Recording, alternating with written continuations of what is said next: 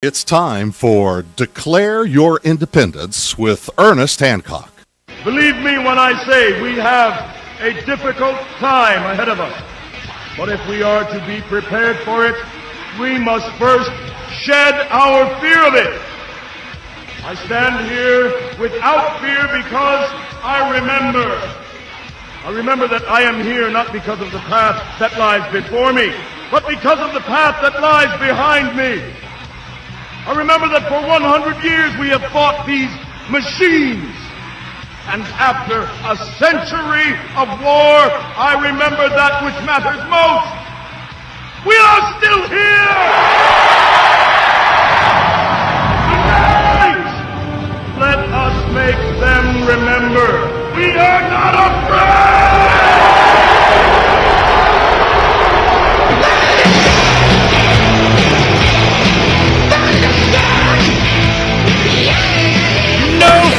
No fear here on Declare Your Independence with me, Ernest Hancock, but maybe we should be just a little bit of feared. Why? Because the big bad guys are coming. You know, you're not paranoid if they're really after you. I mean, that's just the way it is. I tell you, our next guest, her name is Rosa Koire. Now, let me go ahead and give you the spelling of her name because I want you to be able to look her up. Koire, pronounced Koire. Rosa Koire. Now, Rosa, I saw a presentation that she gave on the internet. It was a YouTube it was a presentation to that looked like Republican, blue hair, kind of conservative oriented, whatever. And she's a lefty liberal lesbian that is kind of, man, I got skills. And all of a sudden, you have these two very different audiences or constituencies overlapping, coming together and saying, you know what? We got troubles right here in River City. And it affects both of us in the same way. I sat and listened to this for an hour and a half. I was mesmerized by all this information that was on there. And I'm telling you, if you don't know, so we put in our last month's magazine, our e-zine, digital magazine for Freedom's Phoenix, we featured a couple of articles from Rosa. We made links to the presentation she did on YouTube. We had Tom DeWeese. He did a thing on Agenda 21. We had probably at least 3 or 4 full-length articles on this, even though we're talking, the feature was about, self-sustainability of your family and the ability to, got chickens, got goats, making cheese, growing your garden, all this. And the big bad boys come and said, nuh-uh, you ain't allowed, y'all. Didn't you get the memo? Well, where'd the memo come from? Where did this all start? I'm 50. I'm just old enough, getting involved in, the big bad guys with horns and ponytails and blood-dripping fangs and government. I'm going, man, these guys are bad. And all of a sudden, I started to see what was happening.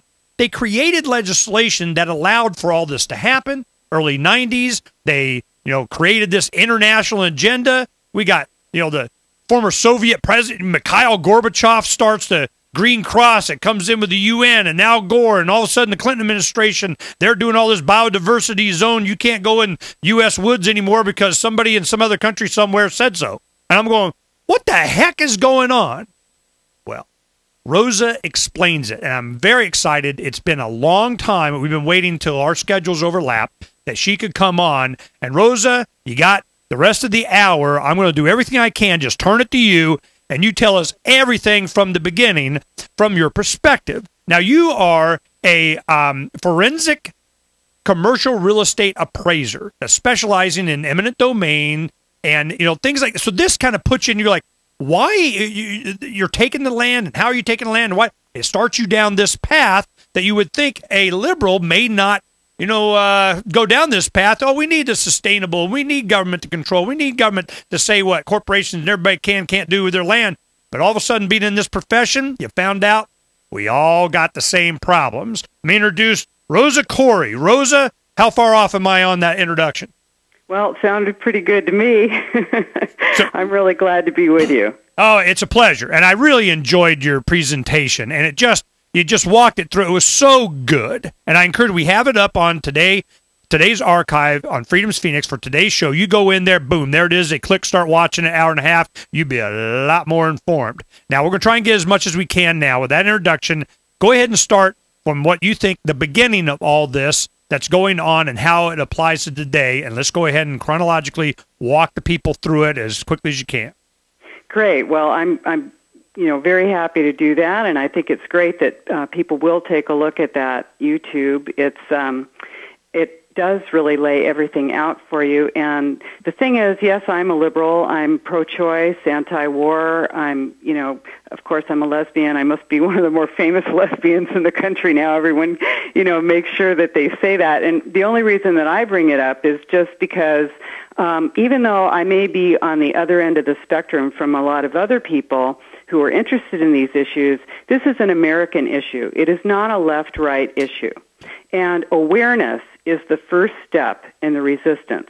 And that's why I brought it up, is because you brought it up several times. And I think it made a point is that, we can be so philosophically, lifestyle, understand perspective, everything so different from people that you would consider that would be your political, philosophical 180 opposite. And you're talking to them and they're going, look, man, this issue, it just transcends all this little divide everybody up into little groups and then offer to referee government crap, It's true. And it's funny because I do talk all over the United States on this, go to different groups. And a woman not too long ago said to me, she said, I don't agree with you on just about everything, but on this I do agree with you, and we can fight about the other stuff later. Yeah, definitely other stuff needs to be later. Well, let's go ahead and talk about this stuff. What is it that we're up against? Well, it's first of all, you're going to hear that United Nations Agenda 21 is the agenda for the 21st century, and it is a United Nations plan. It was signed on to, first of all, it was came out of the Rio de Janeiro Earth Summit in 1992, and of course, there's going to be the 20th anniversary of that summit again in Rio in next year. So, in 1992, George H.W. Bush signed on to this, along with 178 other nations.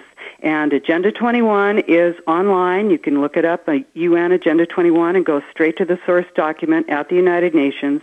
And what it says is basically that the affluence of primarily Americans, but the first world is not sustainable and needs to be brought down to a level that's commensurate with lower developing countries, and that those developing countries also need to bring their use of land, water, energy, transportation down to a level where they are not impacting the planet. Now, I am not against environmental concern, but what this is it's actually a totalitarian control method that has been used throughout history, and now we are in a position, now this country is in a position envied by totalitarian governments in the past, because they have the power to monitor, control, and surveil all of their citizens. And these are, this is a global plan. It's a plan to erase sovereignty across the world. And yes, I'm a liberal, but my business, what I do for a living, is I appraise property, and I testify. I'm a forensic appraiser in eminent domain valuation. So my work has to do with land use and value. And for my work over the last, I've been doing it 30 years, for the last 10 years, I realized that there was a planning revolution going on in this country, and no one was talking about it. And that is smart growth.